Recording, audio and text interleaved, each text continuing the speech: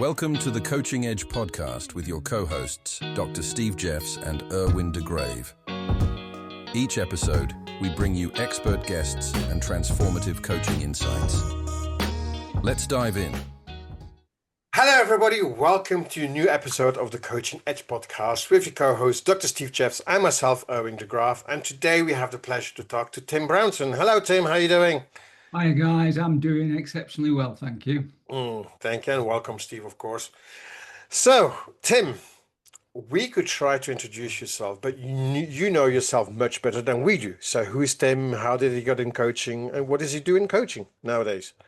Okay, so yes, I got in coaching about 21 years ago. Well, a little bit before that, I started studying stress management at Sheffield University in England, and just for myself, because I was stress senseless, and using alcohol to help, which usually helps for about an hour and a half, and then you wish you'd not done it the following morning.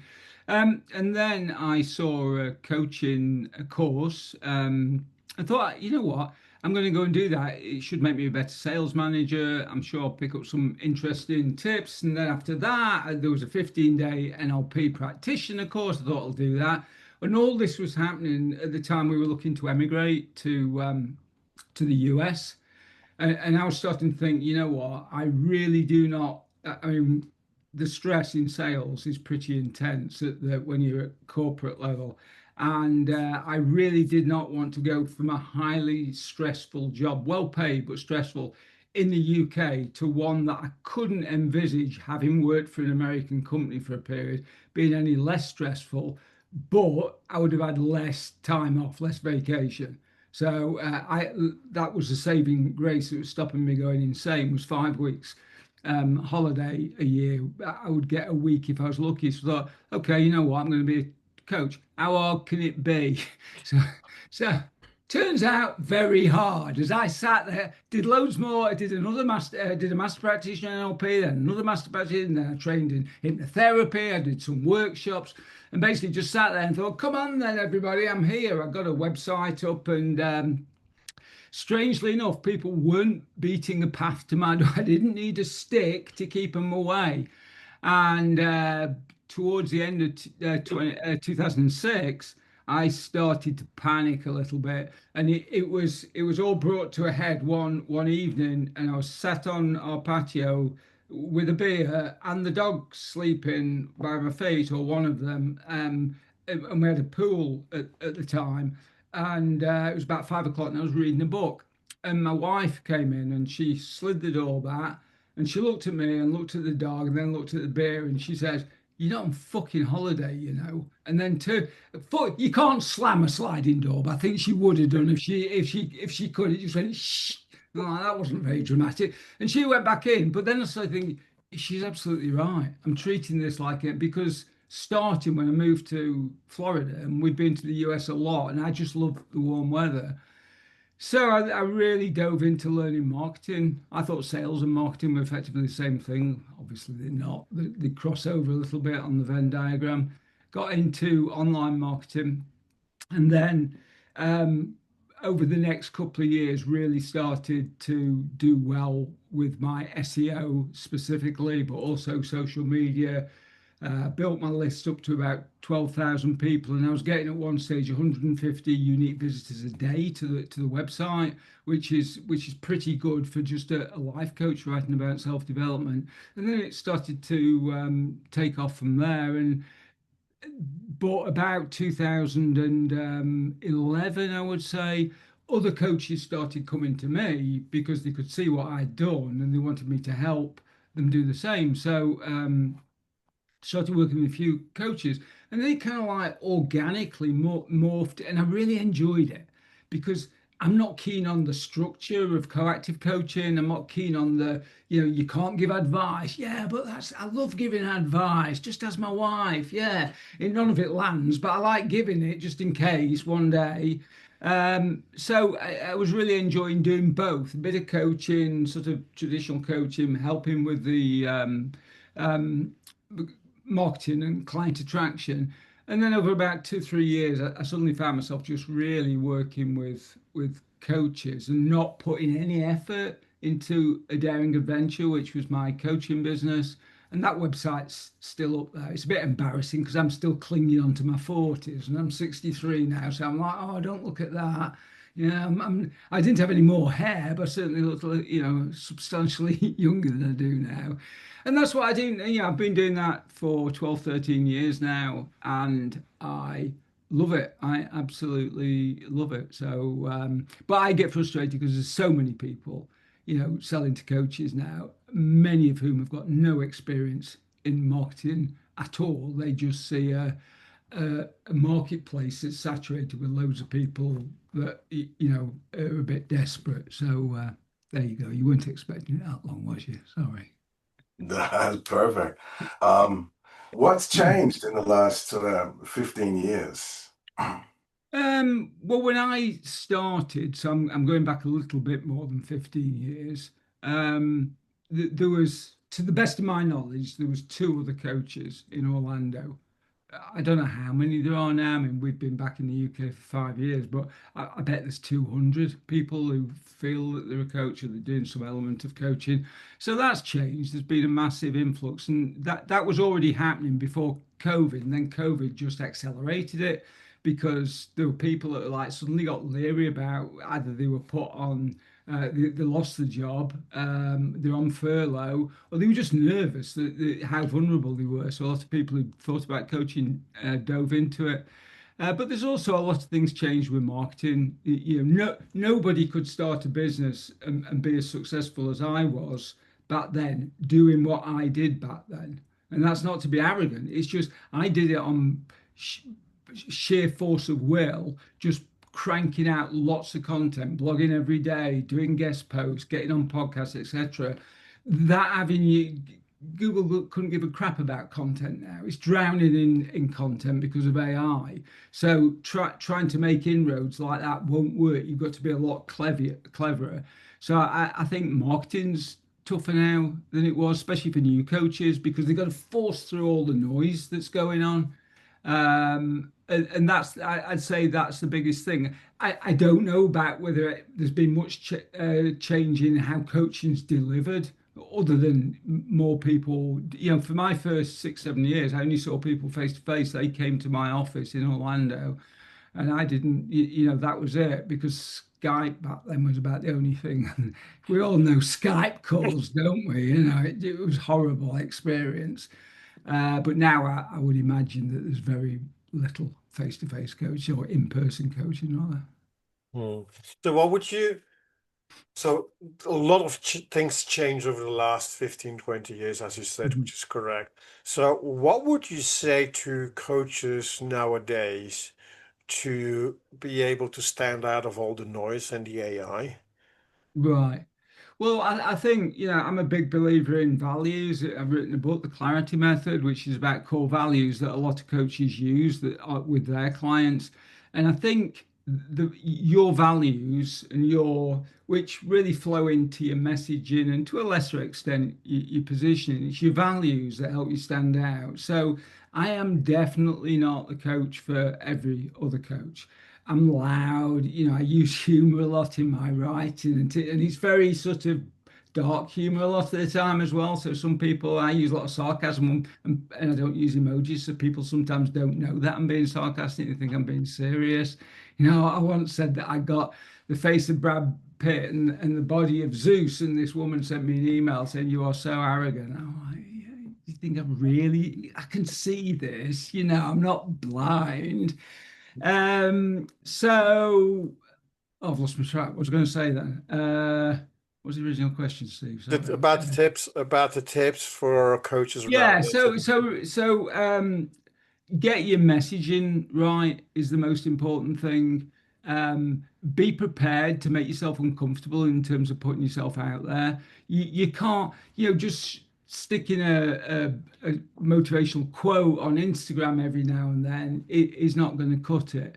You've got to be in people's face. Now, if your values, if you're a lot more quiet than me, or a lot more sort of I can't even think of the word, but Reserved. well, yeah, reserved. I was going to say vanilla, and I thought, no, I don't mean that, because that's really that's really used as an insult, and it's not an insult. Yeah, but there will be elements of your character that you can amplify that make you stand out to certain people. And too many coaches are worried about upsetting people and not thinking, okay, well, if that group of people don't hire me, I've just halved the opportunity of getting a client. Well, of course you haven't, because the other half of the community or whoever it is. So for me, I'm obviously not a fan of Trump, and I mention it a lot in my newsletter. If you're a fan of Trump, you're probably not going to like me, and that's fine, and that's absolutely fine. You can't do this. Your Starbucks couldn't do this, but for me, the other half of the people, they like me even more, or they trust me even more. We're trying to build trust because my values and my vision, my worldview aligns with theirs. Now, I'm not saying to people get political, not at all. I'm not saying to people swear. No, if you don't normally swear, you shouldn't be swearing. And I'm not saying to people use humor. If you don't normally write like that, don't use it. But don't dampen your own personality and what you've got to say because you think, oh, some people won't like this. Mhm. Yeah. So what I've seen is also that a lot of people are looking at marketing, but they forget, and certainly working online, and they forget that the offline is so important. Going Right. like going on networking and trying to sell. You mentioned in the introduction that you've been a sales manager. So what would you recommend for coaches and going on? Okay, I tell them you need to go out, go to networking events, go be Yeah. present, be there Yeah. somewhere. Yeah, I think that is so right. I was talking to a client about this yesterday that you cannot build a coaching business online unless you can buy traffic and you've got a lot of money. You can't build a coaching business online, I don't think, in under about 2 years. And even then, that's 2 really hard years. You could fill a coaching practice with one workshop if you do it right and you get in front of the right audience. So going out and speaking to people, if you land on my website, I've got about, depending on who you believe, 3 to 7 seconds to grab your attention. Otherwise, you've hit the back button. Nobody does that when you talk to people in public. You have the opportunity to bring your personality to the fore. Nobody says, right, you've got 4 seconds, tell me what you do. It doesn't work like that. So if your messaging's a bit unclear, or it's difficult to explain, and that's, this is a sort of problem for a lot of coaches, you have time to explain it so people understand it. And that's really difficult to do on social media. It's really difficult to do on your website. So getting out and speaking to people every time you talk to somebody, presuming you haven't got, I had a client one time whose niche was people who'd had multi organ transplants, not just one. He couldn't have one. It wouldn't be, they got to have had multi. No, every person isn't a potential client then when you're talking to people, it's going to be, you're going to have to talk to a lot of people. But for most coaches, everybody, with all things being equal, that they speak to is a potential client, or they know somebody who's a potential client. And I'm saying to clients all the time, ask people. Don't say, do you know anybody? Just say, who do you know that will be a good fit for me that you could introduce me to? But coaches are, there's something about the coaching gene or whatever, or people that get into coaching that makes them averse to being pushy. And I get that because I was the least pushy salesperson. And on my consults, I always end with, go away and think about it. You don't need to make a decision now. Let me know in a couple of days if you want to go forward. But you still have to promote yourself. There's no alternative to that. There just isn't one. And a lot of coaches think they'll get loads of referrals. That you might, but you probably won't. And normally referrals come for the super coaches, people who are charging 20, 50, 100 grand to work with them because that's all word of mouth. Nobody's looking for a 100K coach on Google. So yeah, it's the most important thing for coaches now. Definitely. I love it. One thing struck me in what you said. I've seen this as well. Okay, coaches' aversion to not just being pushy, but actually sales in general, Right. Yeah. particularly asking for the sale. Or, I see coaches that kind of, I'm a coach, which means I can't have an agenda. I've got to be client oriented. So that means the Right. client has to ask for it. But Mhm. as a business owner, that absolutely erodes our capacity to build a sustainable business and keep doing the things that we love. So, with your experience in sales and what you just said about not being pushy, which is so different than everything that's out there with hard closes and trial closes, and there's this and there's that. And And, and I think also is how you define pushing. I'm not, again, I'm not suggesting that people start battering potential clients via DM and they don't take no for an answer. I'm not talking about that. You have a duty of care if you think you're a good coach to get your message in front of people who you can help. It's a win-win arrangement that you're trying to create. You're not trying to rip people off. I could understand if somebody's not confident in their own abilities to coach and they don't think they can help people. Yeah, I can understand why you'd be nervous about pushing that. But if you genuinely think you can help people, make sure that they understand that and then let them make a considered decision on what you've done. Now, getting in front of those people might be that you've got, so I'm running a mastermind next month. I had to send out two emails. Well, I didn't have to, but I did send out two emails yesterday saying I was closing it last night. Those two emails yesterday brought five more applicants. So now I was going from thinking, I'm hoping I've got enough people because I got 11 before that for six places, and you have to get the balance right with the mastermind to I'll definitely have enough people now. And that, did I get some unsubscribes? Amazingly, with the second one, I only got one unsubscribe. I really don't get many unsubscribes. I think I got four or five. But you have to do that. You can't send out one email a week before. Oh, by the way, I've got this mastermind. First of all, half the people, my open rate's about 50%. Half the people aren't going to see it. And well, it's more because some of those will be Apple opens where that you don't know that they've opened it. And you just need to gently push people. This is why companies do, market all the time. I always try and find, when I'm talking to a client, I always try and find a company that they really like or really respect. Often it's Apple, and I'm like, really, Apple? Are you on Apple's mailing list? Because you're going to get, when they've got a product launch, you're going to get hit by emails a lot. They are advertising everywhere, but you don't mind that. That's just how they do business. Well, you're no different. It's just scaled down. I was thinking the same thing this morning, actually. I was watching television, having my breakfast, and on the Prime plan that I've got, it means that there's ads every, Yeah. so often. And there's these ads and of course it's a Prime TV. So it's actually got the little button on the TV where I can choose to put it in my car. Mm. As Oh, a really? viewer, Really? yeah, like it's Yeah. all right on the big television. I'll click on it and it'll go into my phone or I'll get an email with the Mm. information. But I don't have any resistance as a watcher watching those 30, 40-second ads. There's 2 minutes of Mm. ads. There's all of that's just part of the experience that I've got. And I think that's Yeah. part of what I hear you saying as well. As coaches, as we're running a business, yes, we've got to get out there. Yes, we've got to be speaking to the people that want to be hearing us. If we don't speak, they can't hear. But also to do that in alignment with values, which is what stood out Right. clearly in Yeah. what you were just saying in your approach. Yeah, and we used to ads, and basically we ignore the vast majority of them, and people have got the chance to ignore you, but give them the chance to ignore you.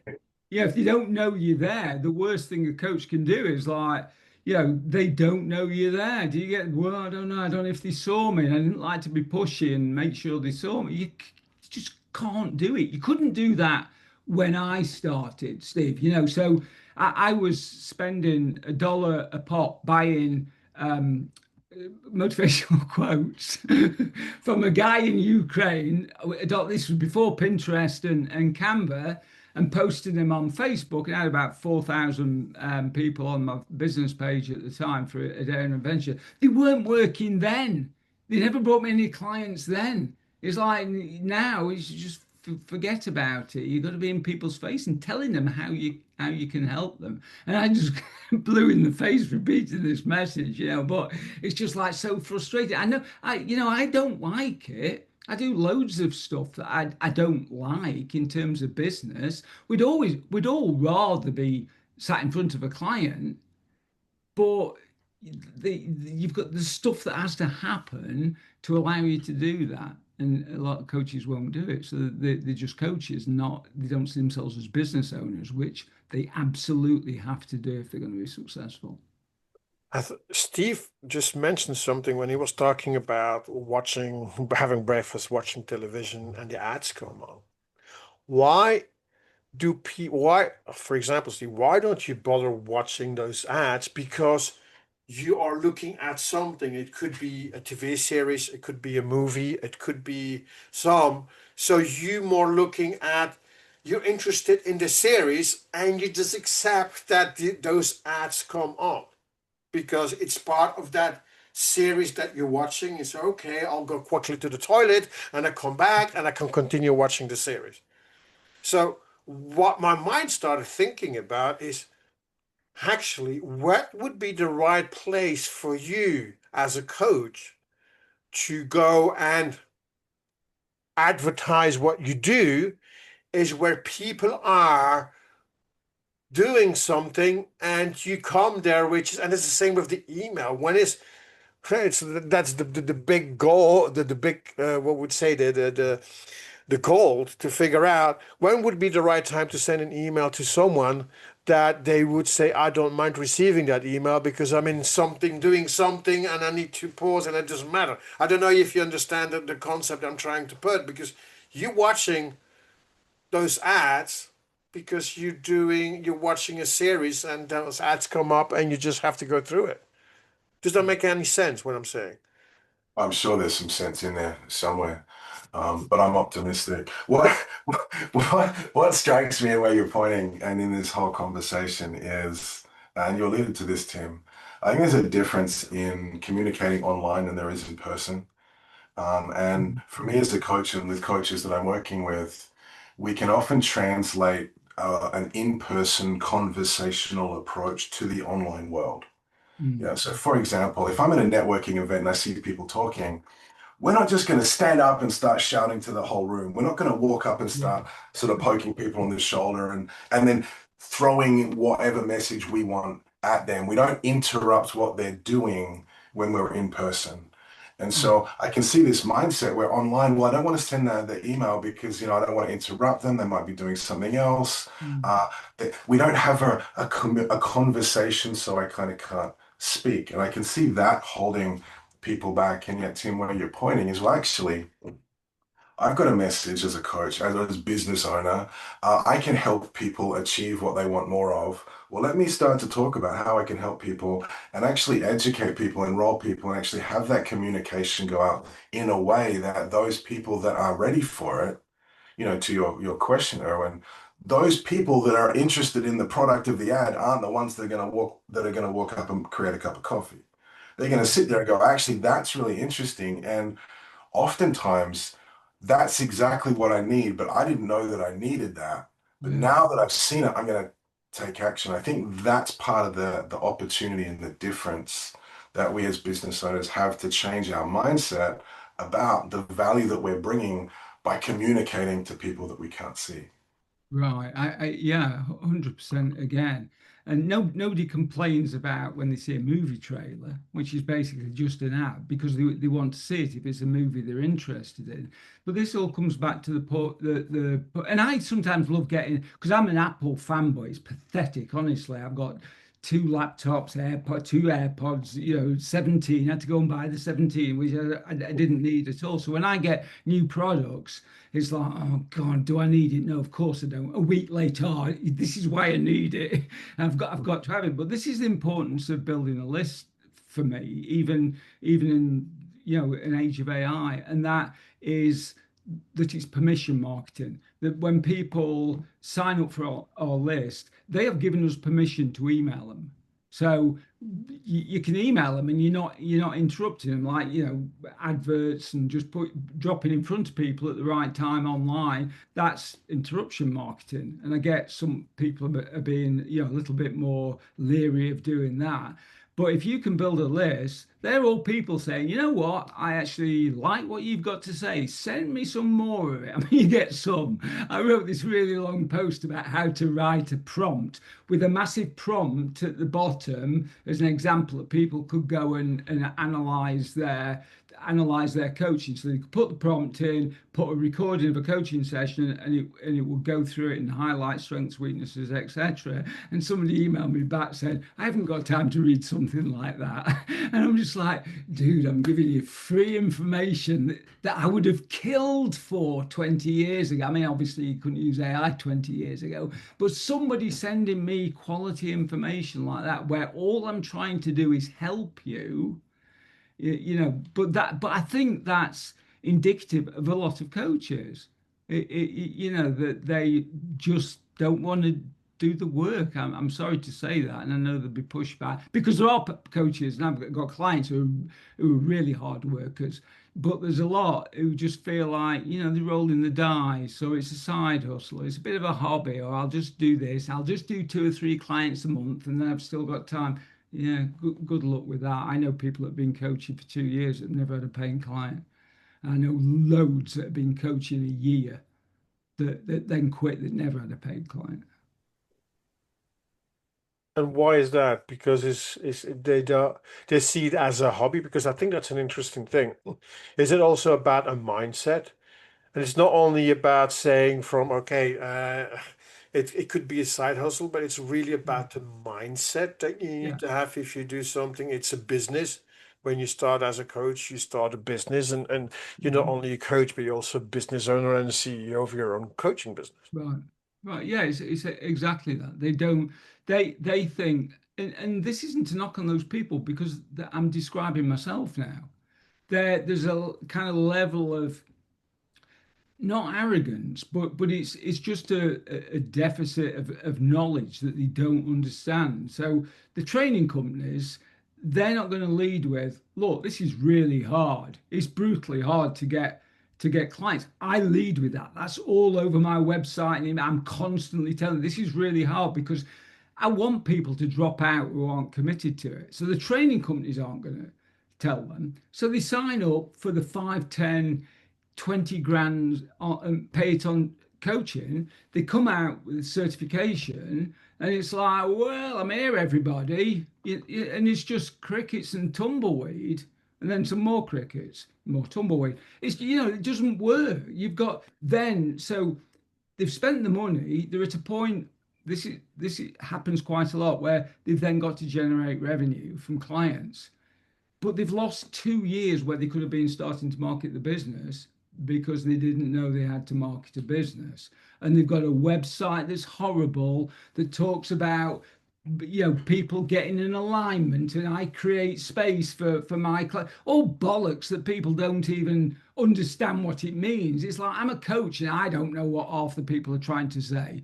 You have to talk directly to your ideal client and use their language. My opening on my homepage, it says I help coaches get more clients. Oh, okay. Well, I understand what that is. If you're a coach who wants more clients, you'll at least keep reading. I'm not going to talk about manifesting my alignment on the 7th plane of, whatever. It's just all this bollocks. It's just that nobody understands. Even their ideal client, nobody's lying in bed at night. Oh God, I wish there was somebody to hold space for me. They're lying in bed at night thinking, I wish I wasn't so stressed, or I wish I had more money. I wish my relationships were better. I wish I could get a new job. I wish I didn't wake up feeling anxious and scared in the morning. They're the things that they're real world problems that people are looking for a solution. And if you don't meet them there with you and position you as a solution to that, they're not going to hire you. It doesn't matter how cool and aesthetically beautiful your website looks like. That was a rant, wasn't it? It was. Uh, Definitely a rant. and I believe as well is that, and I think many coaches make that mistake. They say, well, I do not want to miss anyone. So they don't Yeah, have to be yeah, specific. yeah, exactly. It's a catch-all. The more people they appeal to, and appeal loosely because they're not appealing to anybody, the more people they think they appeal to. By my first business card said, personal and business coach. What does that mean? It means basically, I'll coach anybody. I don't care. If you've got a business, I'll coach you. If you haven't got a business, I'll coach you as well. It's ridiculous. I mean, and it did work a little bit for me, but only through just being in people's face all the time. So yeah, I mean, it's super hard at the moment, and you have to. You started off before about the mindset. You have to change your mindset. Every coach has to go in with the. This is a business, and I've got to treat it like a business, and I need to do the research and the work on how you do build a business and how you get clients both offline and online. Yeah. Absolutely. Yeah, a phrase that I find myself using often is as coaches, we're accidental entrepreneurs. We get into the business Yeah. because we want to be coaching, and then we get into coaching and we find we have to be entrepreneurs and Yeah. self-employed and running a business. And Erwin, you said before, we got to have the coach hat. We also got to have the CEO hat, the owner hat. We've got to have these different roles need to be filled. And, the coach hat doesn't lead a business well because they don't care about the business, they care about the coaching. And I think that Right, even exactly. just seeing that is often eye-opening And it's for fine many. if they can get a job, a role where somebody for a business where they're coaching internally. I recorded a video a couple of days ago about me. We have massive storms here in Cornwall, it's taking loads of trees down around us.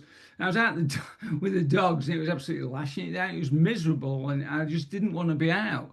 And it was only a like 40-second video. And it's like, I'm out because I've got dogs and I have to come out. They don't give a crap that it's raining. They just want to go out and chase rabbits and squirrels and what have you. So I have to be out. It's the same with your marketing. You just have to do it. You may not want to do it. Doesn't matter if you want to do it. Nobody cares whether you want to do it or not. You have to do it, just like you have to do your accounts and a load of other stuff that most of us don't want to do. I actually quite like marketing, but I get why some people don't. So you Right. basically are saying that for every coach and everybody listening in here is make sure that you at least once or twice a week go out and go somewhere where you can your coach talk if you want to it Yeah, and yeah, yeah. I mean that. I mean, for some people, I don't want to. I don't want to depress people that live in the middle of nowhere. They haven't got a centre of population because it's difficult. If I had a client one time that lived in Mississippi, and the nearest town was half an hour's drive, and it was like about 7 people or something, all called Cletus. I think no, probably not. So it's difficult then. But yeah, if you can do that, definitely. I got quite a few. I don't think it's as easy now, by the way. I think it's a lot harder. But I got quite a few clients from Toastmasters, not directly, but because I got friends with a therapist there, and he would pass people who he'd done what he needed to do, and he'd filter them through to me. And so Toastmasters, going to setting up your own meetup groups, going offering to give talks at local institutions or organizations, Rotary Club, Lions Club, anything like that. But again, it comes back, you need to know that talk has to be on message. It has to be talk to a problem that group have. And it has to be a group. I had a client one time before she hired me, she'd been given one talk a week, sorry, I beg your pardon, one talk a month at a local library and another talk a month at another local library. So she was doing two a month. She hadn't had a single client. She'd been doing it 2 years. I'm like, whoa, who goes to libraries? Older people and people with no money, students and things like that. Why nobody there could afford to hire you? It's never going to work. So you have to be sensible about it. Mm. There's not probably much use going and standing on a soapbox in the middle of Hyde Park, London. Although I don't know, actually, Hyde Park's a fairly plush area, but you just think it through a little bit. But also, the more you get out, the more battle hardened you get, the more you start to figure out what's working, what isn't. Yeah, the analogy I use is comedians. I'm a massive stand-up fan. I go and watch a lot of stand-up. There's hardly any world-class stand-ups in the 20s. There's been a couple. Chris Rock did it, Adam Sandler did it, but there's very, very few. You don't really start to hear about them until they get into the mid-30s. And the reason for that is because they're out telling jokes to empty rooms night after night and getting booed off, or people just ignore them. And they have to do that. They have to go through that. And it's really, really hard to do that. Now, I don't think we have to go through those extremes as coaches, but we have to go through tough times at the beginning. And there'll be so many people quitting. There's laptops closing everywhere, headphones being thrown on the floor. He's a right bastard, that Brownson. Yeah, I've had people tell me and be annoyed with me that they quit coaching because of an email I sent out. I'm like, if you've quit coaching because of something I said, how committed are you to being a successful coach? I've just saved you a lot of time and money because you're going to quit at some point. If I can put you off, it's nice. I love it. I love it. Yeah, it's interesting. What is emerging? Like the world is changing. We've got AI. We've got these different things. As you said, the Skype thing is no more. Like what's next on the horizon that you're sensing or seeing? Well, I think there's going to be a revert to doing face-to-face stuff. I think if I was a coach now and I got the audience, I'd be looking to do things like retreats, workshops. I had a client who sent me a photo of a workshop that she did last week, and we've been talking about it almost since I started working with her. And she's in UAE, and she had 21, that 22 people turn up, and that was for a paid workshop. Wasn't expensive. I can't remember the cost now, but it was $99 equivalent, something like that, I think. But it just goes to show people still value that personal connection of going there and mixing with people and chatting. Yeah, you can have breakout rooms on a Zoom call and what have you, but it's just not the same as being in person. So I think that just looking to do more local things. If you get good at public speaking, you don't need to stay local. I think the other thing as well. So I'm massively into AI. I'm using it 2 or 3 hours a day. Every time I push it, because the mastermind I'm running is really leaning on AI. Every time I push it, it just amazes me even more. So I'm listening to podcasts about it all the time. I feel like I could step into another. I'm not going to at my age. I'd probably retire, but I could go and use AI in a company and be fairly confident that I'd be better than most people. But I'm not a genius. I'm not. I'm not usually an early adopter. I laughed. I used to own a record shop, and I had a customer come in one time who announced to me and my partner that he'd spent 8 hours down. Would have been about 1994. He'd spent 8 hours downloading a 4-minute dance track. And we just like you do that, because this was dial-up when you were paying per minute. It's like costs you about 5 times what you could have bought. He says, yeah, but this is how it's just a buzz of, I can't remember what he said, to be fair now. But I was like, oh, that's never going to take off, is it? So I didn't see that coming. So if I can see that AI this is the worst it's ever going to be. It's set to explode even more. So I would say to coaches, start using it, not to write content, although you can if you edit it heavily, but get familiar with it. You don't know where this is going to go.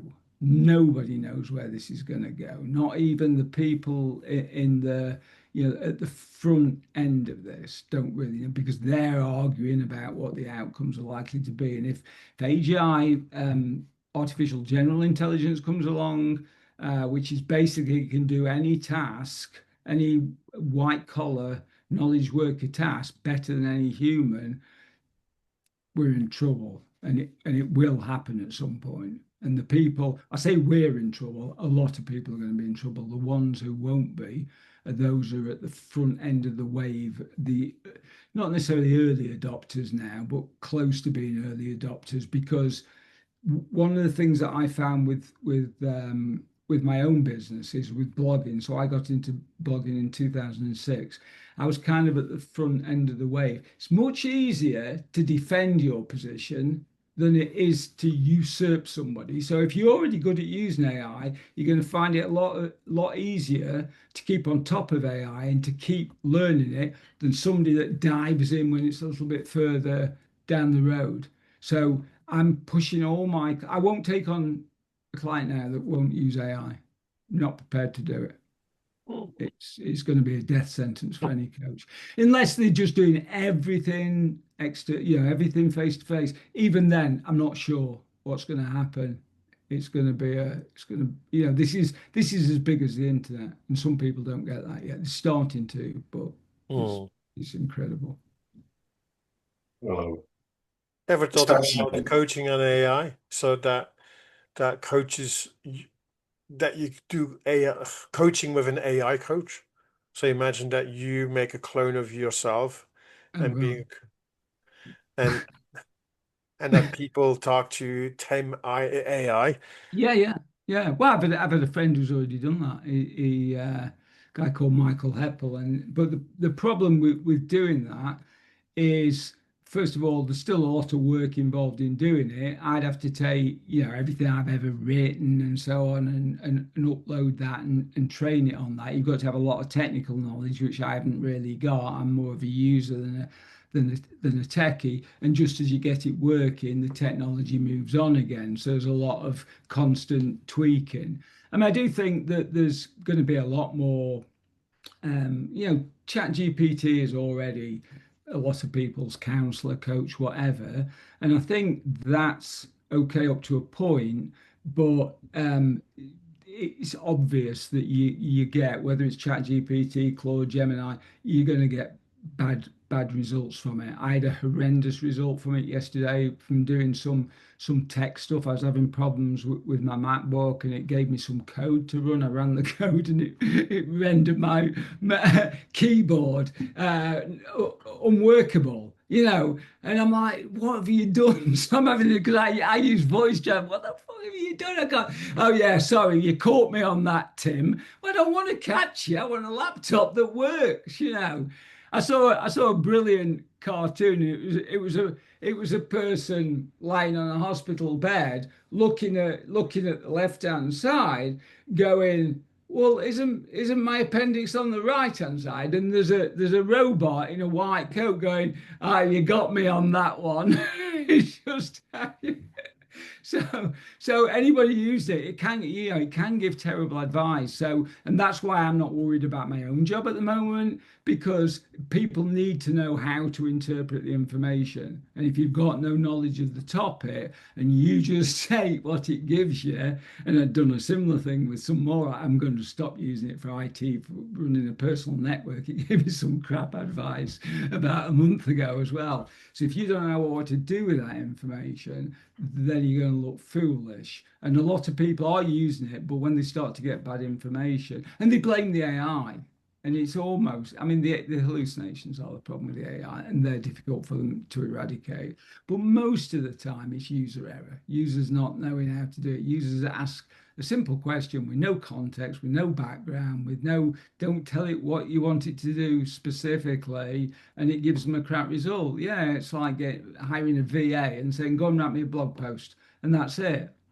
I don't know how long, just all sorts of questions like that you would give them, and then you coach them on what you needed. But um, not many coaches do that. They just ask one and then get the answer. Oh, that's the answer. No, go back in and interrogate it and ask it more questions. Ask it to reverse engineer the process when you got the results. What prompt could I have used at the beginning? Put the prompt in Gemini from ChatGPT. Ask Gemini, what do you think about this prompt? How does it work? What does it miss? What would you need to make it better? All these kind of things, but they require a bit of work. But it's all logical when you think about it. Okay, well, like you never hear anything about AI. Well, that doesn't make sense. Or I don't understand that. So I'm not a coder. I don't understand coding.